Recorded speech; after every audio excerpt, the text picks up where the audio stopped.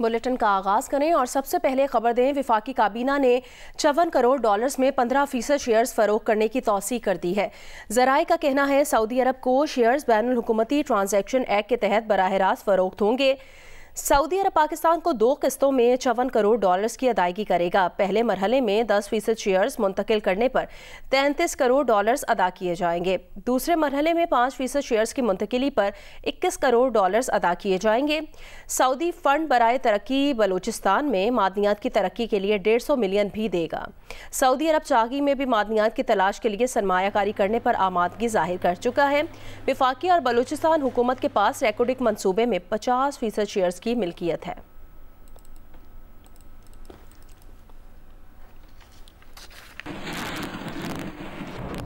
वज़ीर आज़म मियां मोहम्मद शहबाज शरीफ आज उड़ान पाकिस्तान प्रोग्राम का ऐलान करेंगे। वज़ारत मनसूबाबंदी का कहना है कि उड़ान पाकिस्तान 5 साल का कौमी इक्तिसादी प्लान होगा। कौमी इक्तिसादी प्लान 2024 से 2029 तक मुहित होगा। विफाकी हुकूमत इस प्रोग्राम के तहत 2029 तक बरामदात को सालाना 60 अरब तक बढ़ाएगा। प्रोग्राम के तहत सालाना IT ग्रेजुएट्स की तादाद में हज़ारों में इजाफा किया जाएगा। उड़ान पाकिस्तान के जरिए पाकिस्तान को 2035 तक 1000 अरब डॉलर्स मईशत को बुनियाद फराहम करना है। प्रोग्राम के तहत शरह खामगी को फ़रोग़ और गुर्बत में कमी लाई जाएगी। IT बरामदात को इस प्रोग्राम में खुसूसी अहमियत दी गई है।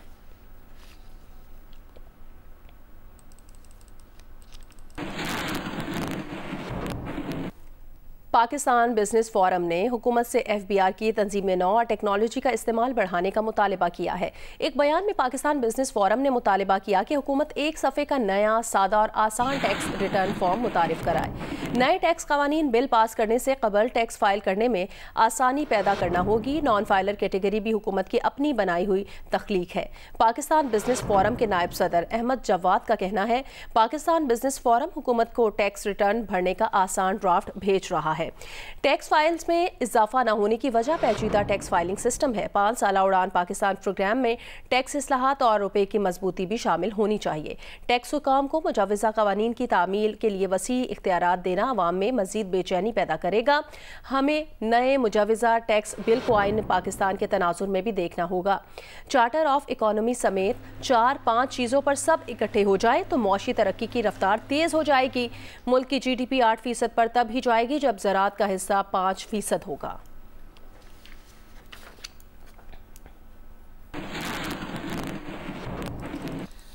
जिला कुरम की सूरत हाल पर कोहाट में ग्रैंड अम जिरगा आज 11 बजे तलब कर लिया गया है। जिरगा मेंबर साजिद तूरी का कहना है 2 रोज़ कबल एक फरीक ने तहफ़्फ़ुज़ात पर 2 दिन की मोहलत मांगी थी, जिसके बाद जिरगा आज होगा।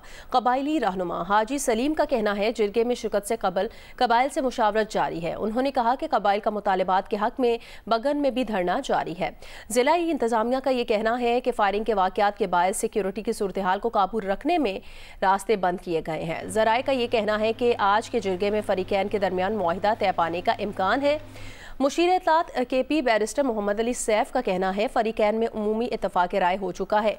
अमन मुआहिदे में बंकर्स के खात्मे और फरीकैन की भारी असलहे से दस्तबरदारी शामिल है। टल पारा चिनार रोड पर नकलो हरकत कॉन्वॉय की सूरत में होगा और दहशतगर्दी का वाक़या होने की सूरत में सिर्फ हुकूमत कार्रवाई करेगी। और तकरीबन 3 माह से टल पारा चिनार शाहरा बंद होने की वजह से पारा चिनार में ग़िज़ा और अद्वियात की कमी की वजह से हालात इंतहाई तशवीशनाक हैं। रास्ते की बंदिश के खिलाफ पारा चिनार में धरना जारी है। इजहार यकजहती के लिए पेशावर, लाहौर, कराची, झंग, मुल्तान, मुजफ्फराबाद और गिलगित बल्तिस्तान समेत मुख्तलिफ शहरों में धरने जारी हैं।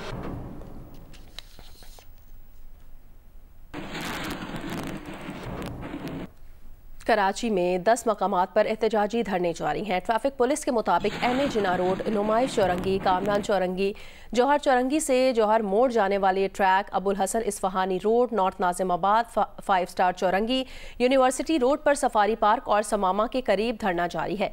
इसके अलावा शाहराह पाकिस्तान पर आयशा मंजिल, अंचोली के करीब और नाजिमाबाद नंबर 1 पर एहतजाजी धरना जारी है।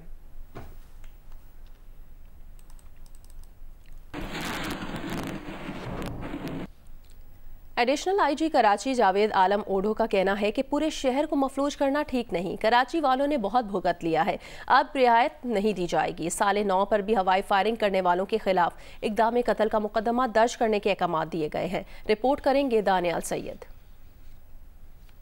कराची गार्डन पुलिस हेडक्वार्टर में मुनक्किदा तकरीब से खिताब में कराची पुलिस चीफ जावेद आलम ओडो का कहना था कि पूरे शहर के निज़ाम को एहतजाज के नाम पर मफलूज करना ठीक नहीं। अब तक हम नरमी के साथ बात कर रहे हैं। 3 दिनों से कराची वालों ने बहुत भुगता, अब रियायत नहीं देंगे। मगरिब से पहले इंशाल्लाह अगर किसी ने किया है 1-2 जगह पे ये हमारी नॉलेज में है हुआ है तो हम उनको बिल्कुल क्लियर कर देंगे। अफसरान को भी ये इंस्ट्रक्शन मिल चुकी हैं और इंशाल्लाह इस पे हम अभी सख्ती करेंगे और कराची के शहरियों को ये रिलीफ देंगे क्योंकि 3 दिनों से उन्होंने बहुत भुगता है। पुलिस चीफ का मजीद कहना था कि साले 9 के मौके पर जो अफराद हवाई फायरिंग में मुलविस होंगे उनके खिलाफ अब इक़दाम कत्ल का मुकदमा दर्ज किया जाएगा। न्यूयॉर्क की फायरिंग किसी भी सूरत में अलाउ नहीं करेंगे। हमने पहले ही बता दिया कि हम उसका पर्चा हवाई फायरिंग में नहीं करेंगे, 324 में करेंगे। वो इक़दाम यानी कत्ल अम्द की एक कोशिश है और इसमें बहुत से लोग अपनी जान गंवाते हैं, बहुत से लोग जख्मी होते हैं। जावेद आलम ओडो ने मुनक्किदा तकरीब में तकाबली जायजा लेते हुए बताया कि पिछले साल के मुकाबले में स्ट्रीट क्राइम 24% कम हुआ, 16% मोटरसाइकिलें और गाड़ियां छीनने की वारदातें कम हुई, 400 के करीब गाड़ियां कम चोरी और छीनी गईं। तकरीब में शहर से चोरी और छीनी गई गाड़ियां, मोटरसाइकिलें और मोबाइल फोन्स असल मालिकान के हवाले की गईं। कैमरा टीम के साथ दानियल सैयद, जियो न्यूज़ कराची। हब में मुबैना तौर पर लापता तालिब-इल्म घर पहुँच गया। तालिब-इल्म जुबैर बलोच के घर पहुँचने के बावजूद भवानी के मकाम पर कराची कोयटा कौमी शाहरा पर धरना अब भी जारी है। मुजाहिरीन का कहना है धरने से एक नौजवान को पुलिस ने गिरफ्तार किया। पुलिस का कहना है कि किसी को गिरफ्तार नहीं किया। बलोचिस्तान यूनिवर्सिटी कोयटा के तालिब-इल्म जुबैर बलोच के घर वालों का कहना है तालिब-इल्म घर पहुँच गया। दूसरी जानिब मुजाहिरीन अब भी भवानी के मकाम पर धरना जारी रखे हुए हैं। मुजाहिरीन का कहना है धरने से एक नौजवान जमाल बलोच को पुलिस ने गिरफ्तार किया है, जिसके खिलाफ धरना जारी है। पुलिस का कहना है धरने से किसी को गिरफ्तार नहीं किया। कार्य सरकार में मुदाखलत पर मुतादिद मुजाहिरीन पर मुकदमा दर्ज किया है। गुज़श्ता रात से कराची कोयटा कौमी शाहरा पर धरने के बाद ट्रैफिक आमदोरफ्त के लिए मुअत्तल है।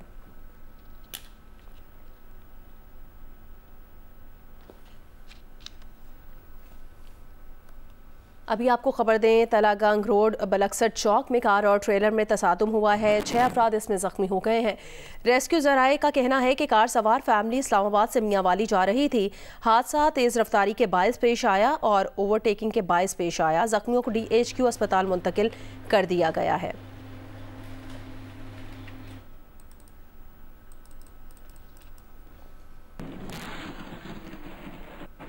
बन्नू में मौसम सर्द होते ही गैस और बिजली की लोड शेडिंग में इजाफा कर दिया गया है। शहरी सर्दी से बचाव के लिए मजबूरन लकड़ी और कोयला इस्तेमाल कर रहे हैं। तफसील बताएंगे जियो न्यूज़ के नुमाइंदे मंजूरुद्दीन। जी, बन्नू में बिजली और गैस की लोड शेडिंग से जिंदगी मफलूज होकर रह गई है। शदीद सर्दी में बिजली और गैस की लोड शेडिंग का दौरानिया 20 से 22 घंटे हो गई है, जिसकी वजह से लोगों को शदीद मुश्किलात का सामना है। गैस न होने की वजह से लोग मजबूरन लकड़ी और कोयला का इस्तेमाल करने पर मजबूर हैं, जो आम आदमी के लिए काफी महंगा पड़ रहा है। आम आदमी की कुव्वत खरीद से भी ज्यादा है। इस तरह बिजली का दौरानिया भी 20 से 22 घंटे हो गया है। घंटों बाद जब बिजली आती है तो वो भी कई दफा ट्रिप कर जाती है। बिजली न होने की वजह से पीने के पानी की किल्लत भी पैदा हो गई है और साथ में मस्जिदों में वुजू का पानी भी नहीं मिल रहा। जिंदगी अचीरन होकर रह गए। लोगों का कहना है कि गैस और बिजली न होने के बावजूद भी बिल बदस्तूर आ रहे हैं, जो समझ से बाला तर हैं। खर्चा भी डबल हो गया है। अवामी नुमाइंदे जिनको हमने वोट दिए थे वो भी खामोश तमाशाई बने हुए हैं। खबर दें आपको, मुल्तान में शदीद धुंध के बायस जहां शहरियों को मुश्किलात का सामना है, वहीं ट्रैफिक की रवानी भी सबसे ज्यादा मुतासिर है। तफसील बताएंगे जियो न्यूज़ के नुमाइंदे इमरान चौधरी। जी, मुल्तान शहर और इसके नवाही इलाके आज भी शदीद धुंध की लपेट में है। शदीद धुंध की वजह से सबसे ज़्यादा ट्रैफिक की रवानी मुतासिर हो रही है। शदीद धुंध के बाइस मुल्तान से सखर M5 मोटरवे, मुल्तान से पिंडी भटियाँ M4 मोटरवे और मुल्तान से लाहौर M3 मोटरवे को ट्रैफिक के लिए मुकम्मल तौर पर बंद कर दिया गया है। गुज़श्ता 3 से 4 रोज़ में मुल्तान समेत जनूबी पंजाब में शदीद धुंध पड़ने का सिलसिला जारी है और महकमा मौसमियात के मुताबिक आने वाले दिनों में इस धुंध का सिलसिला जो है वो मजीद जारी रहेगा और इसकी शिद्दत में मजीद इजाफा होगा। मोटरवे पुलिस ने सफ़र करने वालों के लिए ये ट्रैफिक एडवाइजरी जारी की है कि वो जिस वक्त भी मोटरवे पर सफ़र करना चाहें तो इससे सबसे पहले मोटरवे ऐप के ज़रिए देखें क्या मोटरवेज़ खुली हुई हैं, और अगर मोटरवेज़ खुली भी हुई हैं तब भी जो है वो गैर ज़रूरी सफ़र ना करें। ख़ास तौर पर हाईवेज़ जो हैं वहाँ पर, क्योंकि उसको बंद करने का कोई इस तरह का कोई मैकेनिज़्म नहीं है, वहाँ पर ट्रैफिक जो है वो चलती रहती है। हाईवे पुलिस जो है उसने भी शहरियों को ये कहा है कि गैर ज़रूरी सफ़र न करें और जो स्लो मूविंग व्हीकल्स हैं वो अपने रिफ्लेक्टर ज़रूर इस्तेमाल करें। आजकल गन्ने की क्रशिंग का सीज़न है और जो गन्ने की ट्रालियाँ होती हैं वो नॉर्मली बहुत ज़्यादा ओवरलोडेड होती हैं और उनके पीछे रिफ्लेक्टर भी नहीं होते और हाईवेज़ पर वो सफ़र करती हैं जो कि हादसात का सबब बन रही हैं। इस वजह से एक कैंपेन चलाई जा रही है जिसके तहत स्लो मूविंग जो व्हीकल्स हैं उनके पीछे बैक रिफ्लेक्टर्स लगाए जा रहे हैं। आज कम से कम दर्जा हरारत 6 जबकि ज़्यादा से ज़्यादा दर्जा हरारत जो है वो 19 डिग्री तक जाने का इम्कान है। जी। बहावलनगर में सर्दी की शिद्दत में इजाफा होता जा रहा है जिससे मुख्तलिफ किस्म की बीमारियां भी फैल रही हैं। मजीद बताएंगे फाहद शफीक।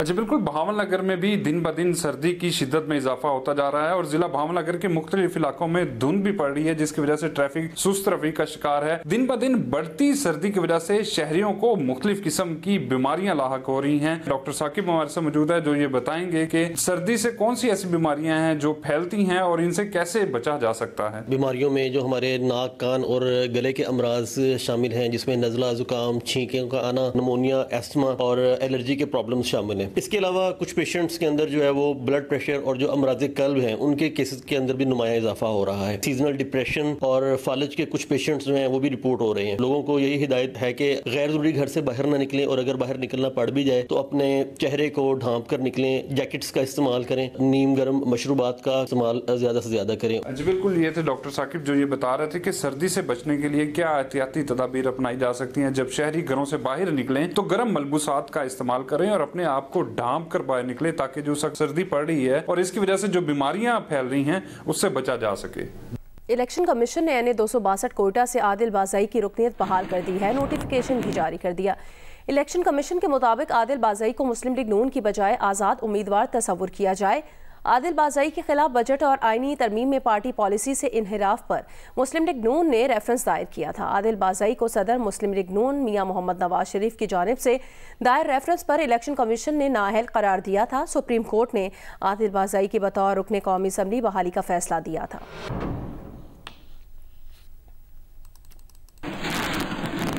तहरीक इंसाफ और हुकूमत के दरमियान मुज़ाकरात के लिए मुज़ाकराती कमेटियों का इजलास 2 जनवरी को तलब कर लिया है। स्पीकर कौमी असम्बली ने इजलास 2 जनवरी को दिन 11 बजे पार्लियामेंट हाउस में तलब किया है। स्पीकर की जानिब से इजलास तलब करने का नोटिफिकेशन जारी कर दिया है। तहरीक इंसाफ 2 जनवरी के इजलास में अपने मुतालिबात तहरीरी तौर पर पेश करेगी।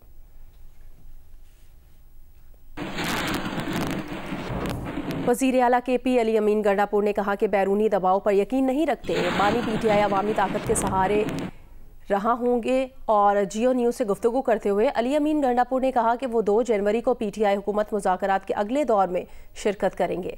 पाकिस्तान के मुस्तकबिल के हालात को देखते हुए बानी PTI ने कमेटी बनाई है।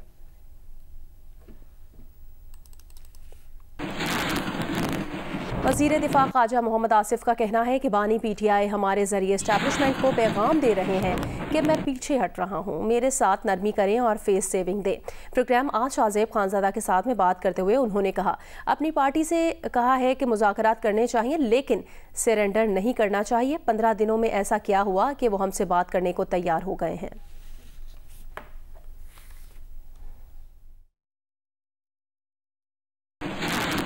मुज़ाकरात के खिलाफ नहीं हूँ। 15 दिनों में क्या ऐसी बात हुई है कि जो शख्स हमारे साथ हाथ मिलाने को इनकारी था उसको क्या हुआ है इन 15 दिनों में? वो कह रहा है कि जी मान ली बात के पिंडी से इजाजत लेके हम मुज़ाकरात कर रहे हैं, यानी कि हालत ये हो गई है कि उनके एलजियों से मुज़ाकरात करने को तैयार है, यानी हम लोगों से। औकात इमरान खान की यहाँ पे आ गई है कि अगर मेरे साथ एस्टेब्लिशमेंट नहीं बात कर सकती या एस्टेब्लिशमेंट तक मैं नहीं पहुंच सकता तो चले मैं उनके ये एलचियों से गुजारा कर देता हूँ। तब्दीली किस तरह आई है, इसमें सिंसेरिटी की मुझे जो है कमी नजर आ रही है या बिल्कुल ही नजर नहीं आ रही। इतनी डेस्परेशन है कि वो एस्टैब्लिशमेंट से इनडायरेक्ट बात करने को भी तैयार है, हमारे जरिए बात करने को तैयार है, जिनकी वो औकात ही नहीं समझते। कोई आकरात करने चाहिए, गुफ्तगू करनी चाहिए, लेकिन सरेंडर तो नहीं करना चाहिए। मैं सिर्फ ये कह, वो हमारे जरिए जो है पैगाम रसानी कर रहे हैं, एस्टैब्लिशमेंट को पैगाम दे रहे हैं कि मैं भाई अपनी पोजीशन सरेंडर कर रहा हूं, मेरे साथ कोई नरमी करें या मेरे को मुतालबात, मुझे कोई फेस सेविंग दें। इंडिविजुअल्स के बयानात जो होते हैं उनकी वो वैल्यू नहीं होती। पाकिस्तान के साथ जो रेलेवेंट अदारे हैं वो तो एक प्रेसिडेंसी है यूनाइटेड स्टेट्स की और दूसरा पेंटागन है। न्यूक्लियर पावर और हमारा मिसाइल प्रोग्राम जो है वो डेफिनेटली अमेरिका को उस पर रिजर्वेशन है, लेकिन हमने अपनी दिफाई पॉलिसी, अपनी फॉरेन पॉलिसी अपनी अवाम के हिसाब से, अपने मफादात के हिसाब से परसू करनी है। हमसे किसी को खतरा नहीं है, लेकिन हमें दिफा का हक है। अगर हमने बम बनाया हुआ है या हमारे पास लॉन्ग रेंज मिसाइल्स हैं, वो हमारा राइट है, उसमें कोई कॉम्प्रोमाइज नहीं होगा। कोई भी समझता है कि पाकिस्तान जो है इस राइट को डिफेंड आवरसेल्व्स हम सरेंडर करेंगे, तो ये उनकी खाम ख्याली है। इमरान खान साहब को ओनरशिप लेनी चाहिए। उनकी हुक्मरानी में, उनकी वजारत उज़्मा में सिर्फ ये घड़ियां बेचना या माल जो है इकट्ठा करना तो सिर्फ काम नहीं था उनका, इसकी भी रिस्पॉन्सिबिलिटी लें। ये उनके चीफ ऑफ स्टाफ थे या उनके DGISI थे। तालिबान का जो उन्होंने वबाल जो है पाकिस्तान पे नाजल किया है इमरान खान ने, अब वो इमरान खान के कि जनरल फैसला है और बाजवा का फैसला है, ठीक है, उनसे भी पूछे।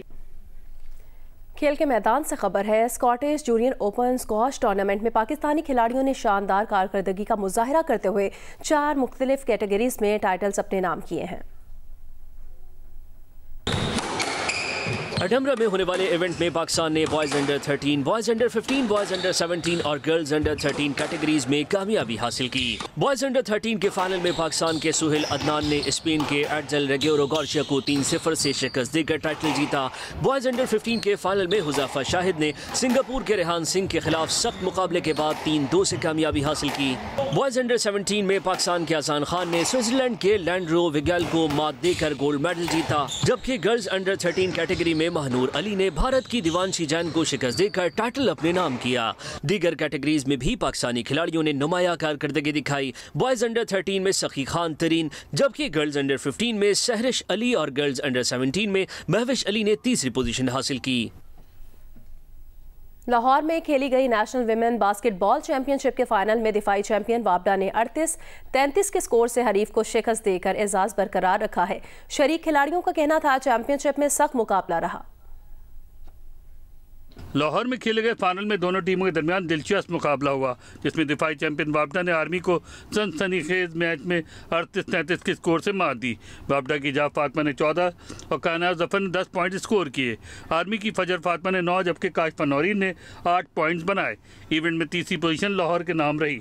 लाहौर ने कराची को 23 के मुकाबले में 48 पॉइंट से शिकस्त दी। खिलाड़ियों का कहना था कि चैंपियनशिप में मुकाबला सख्त रहा, ज़्यादा से ज़्यादा इवेंट्स कराने की ज़रूरत है। हमें भी जितना लंबा कैंप मिलेगा और ग्राउंड मिलेगा, इंडोर स्पेशली हम लोग आउटडोर ट्रेनिंग करते रहे, यहाँ पे आके इंडोर जब आप खेलते हो तो बहुत मसला होता है, सांस का बहुत मसला होता है। स्पेशली लड़कियों को काफ़ी फैसिलिटीज़ दी जा सकती हैं। यंग एज से अगर इसको प्रमोट किया जाए तो इंटरनेशनल लेवल्स तक हमारा टैलेंट जा सकता है। बास्केटबॉल ख़वातीन के लिए, आई थिंक हर स्पोर्ट जो है ख़वातीन के लिए ग्रास रूट लेवल से होनी चाहिए। इसको और आपके लिए फेम मिलना चाहिए, बच्चों को अप्रिशिएट करना चाहिए। ऑस्ट्रेलिया ने भारत को बॉक्सिंग डे टेस्ट में 184 रन से शिकस्त देकर 5 मैचों की सीरीज में 2-1 की बढ़तरी हासिल कर ली है। ऑस्ट्रेलिया ने भारत को जीत के लिए 340 रन का हदफ दिया। भारत की दूसरी इनिंग्स का आगाज भी मायूस कुन रहा। 33 के मुख्तसर स्कोर पर 3 खिलाड़ी पवेलियन लौट गए। रोहित शर्मा 9, KL राहुल 0 और विराट कोहली 5 रन बनाकर चलते बने। फिर जायसवाल और ऋषभ पंत ने 88 रन जोड़कर भारतीय टीम को मुश्किलात से निकाला। ऋषभ पंत 30 रन बनाकर कैच आउट हुए। इसके बाद को भारतीय बैटर्स की लाइन लग गई। आखिरी 7 विकेटें 34 रन पर गिर गईं। जायसवाल भी सेंचुरी ना बना सके, वो 84 रन की इनिंग्स खेलकर आउट हुए। भारत के 9 बैट्समैन डबल फिगर में भी दाखिल ना हो सके और पूरी टीम दूसरी इनिंग्स में 155 के स्कोर पर सिमट गई। कराची के जिन्ना इंटरनेशनल एयरपोर्ट पर पानी की लाइन फटने से एयरपोर्ट का इंटरनेशनल डिपार्चर लाउंज और कन्वीनर बेल्ट का एरियाज पर पानी आ गया है, जबकि अराइवल लाउंज की छत भी टपकने लगी है। तर्जुमान के मुताबिक पाइपलाइन का लीकेज ढूंढने की कोशिश भी की जा रही है। जल्द काम मुकम्मल कर लिया जाएगा। कराची जिन्ना इंटरनेशनल एयरपोर्ट पर पानी की पाइपलाइन फटने से इंटरनेशनल डिपार्चर लाउंज में पानी भर गया है। पाइपलाइन फटने से निकलने वाला पानी इमिग्रेशन काउंटर्स के सामने जमा हो गया है, जिसके बायस अमले और मुसाफिरों को मुश्किल का सामना है। एयरपोर्ट अथॉरिटी का अमला बाल्टियों और वाइपर से पानी निकालने में मसरूफ है। पाइपलाइन फटने से अराइवल लाउंज की छत भी टपकने लगी है और अराइवल लाउंज में बेल्ट के तरफ भी पानी खड़ा हो गया है। ज़राए के मुताबिक जिन्ना टर्मिनल पर फायर फाइटिंग की पानी की पाइपलाइन फटी है और जिन्ना टर्मिनल पर मुसाफिरों के लिए मैट बिछाकर रास्ता बना दिया है।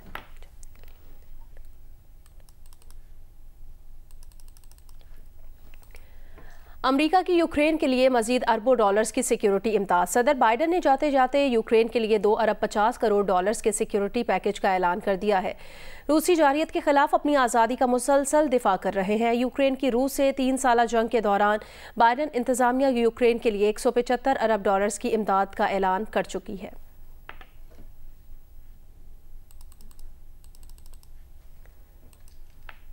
साल 2024 सहाफ़ियों के लिए मुश्किल साल साबित हुआ। इस साल फ़राइज़ की अंजाम दही में 60 से ज़्यादा सहाफ़ी जान से हाथ धो बैठे। अक़वाम मुत्तहिदा के इदारे यूनेस्को की रिपोर्ट के मुताबिक साल 2024 में 68 सहाफ़ी और मीडिया वर्कर्स दौरान ड्यूटी जाम बहक हुए। 42 हलाकतें तनाज़ात वाले इलाकों में हुई, जो एक दिहाई में सहाफ़ियों की सबसे ज़्यादा हलाकतें हैं। रमा बरस फ़लस्तीन पर मुसल्लत की गई इसराइली जंग में 18 सहाफ़ी शहीद हुए। दीगर सहाफ़ी यूक्रेन, लबनान, शाम, सोमालिया और दूसरे तनाज़ात वाले इलाकों में हलाक हुए। रिपोर्ट के मुताबिक दुनिया के ऐसे ममालिक जहाँ तनाज़ात की सूरत हाल नहीं है, वहाँ गुज़िश्ता 2 सालों के मुकाबले में इस साल सहाफ़ियों और मीडिया वर्कर्स की अमवात में कमी देखी गई है। 2024 तनाज़ात वाले इलाकों के बच्चों के लिए तारीख का बदतरीन साल रहा। दुनिया का हर 6 में से 1 बच्चा अब तनाज़ात से मुतासिरा इलाकों में रहता है। अक़वाम मुत्तहिदा की तंजीम यूनिसेफ की रिपोर्ट के मुताबिक बड़ी तादाद में बच्चों के हुकूक की खिलाफ वर्जी की जा रही है। दुनिया दूसरी जंग अजीम के बाद सबसे ज़्यादा तनाज़ात का सामना कर रही है। दुनिया के तकरीबन 19% बच्चे यानी 47 करोड़ 30 लाख से ज़्यादा बच्चे तनाज़ात वाले इलाकों में रह रहे हैं। 4 करोड़ 72 लाख बच्चे तनाज़ात के बाइस बेघर हो चुके हैं। गज़ा पर इसराइली हमलों में तकरीबन 15 माह के दौरान 17,492 बच्चे मारे जा चुके हैं। 2024 के पहले 9 माह के दौरान 2023 के मुकाबले में ज़्यादा बच्चों की हलाकतों की तस्दीक हुई है। एक अंदाजे के मुताबिक तनाज़ात से मुतासरा ममालिक में 5 करोड़ 20 लाख से ज़्यादा बच्चे स्कूल जाने से महरूम हैं। बच्चों की ज़हनी सेहत भी बुरी तरह मुतासिर हो रही है। तशद्दुद, तबाही और प्यारों के खो जाने का नतीजा डिप्रेशन, डरावने ख्वाब, सोने में दुश्वारी, जारहाना रवैया, उदासी और खौफ जैसे रद्द-ए-अमल का बाइस बन सकता है। हुकूमती अल्टीमेटम के बाद कराची में ड्राइविंग लाइसेंस ब्रांचेस में शहरियों का गैर मामूली रश देखा जा रहा है। एक हफ्ते के दौरान ड्राइविंग लाइसेंसेस बनाने वाले शहरियों की तादाद दुगनी हो गई है।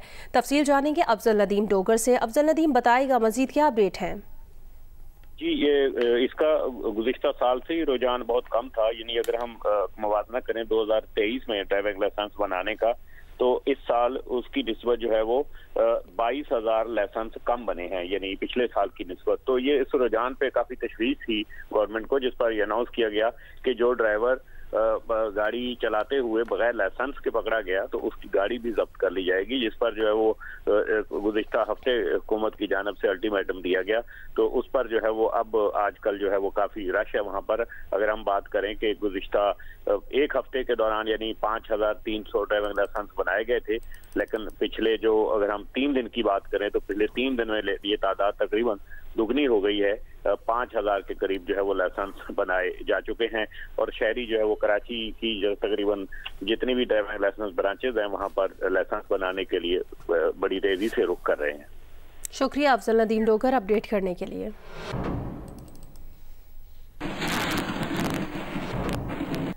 स्वात में 2 रोज़ा सनती नुमाइश में मर्दों के साथ साथ ख़वातीन ने भी बड़ी तादाद में हिस्सा लिया। रिपोर्ट करेंगे Mehboob Ali. Trade development authority of Pakistan, Jamia Swat और Swat chamber of commerce and industry के ताउन से सनती नुमाइश 2 रोज़ तक जारी रहा, जिसमें मारूफ मईशतदान मोहम्मद जुबैर मोतीवाला के अलावा मुल्क भर के ताजिरों, माहिरीन मईशत और हर तबक़े फ़िक्र के लोगों ने भरपूर शिरकत की। स्वात के अंदर बहुत पोटेंशियल है। हम समझते हैं कि स्वात में जो चीज़ें पैदा होती हैं, जो लोग हैं, जो कारीगर हैं, जो हैंडीक्राफ्ट जो यहाँ बनता है, जो वुडन फर्नीचर जो बनता है, वो तमाम की एक इंटरनेशनल हैसियत है। उस हैसियत को हम जो है ना दुनिया के सामने लाने के लिए यहाँ आए हैं। इससे एक तो दुनिया को पैगाम चला गया कि स्वात पे KPK में अमन है, कोई ऐसी बात नहीं है। सनती नुमाइश में स्वात, कैलाश, पेशावर, गिलगित बल्तिस्तान और खैबर पख्तूनख्वा की दीगर इलाकों से ताल्लुक़ रखने वाले सनतकारों और कारीगरों ने स्टॉल सजाए थे।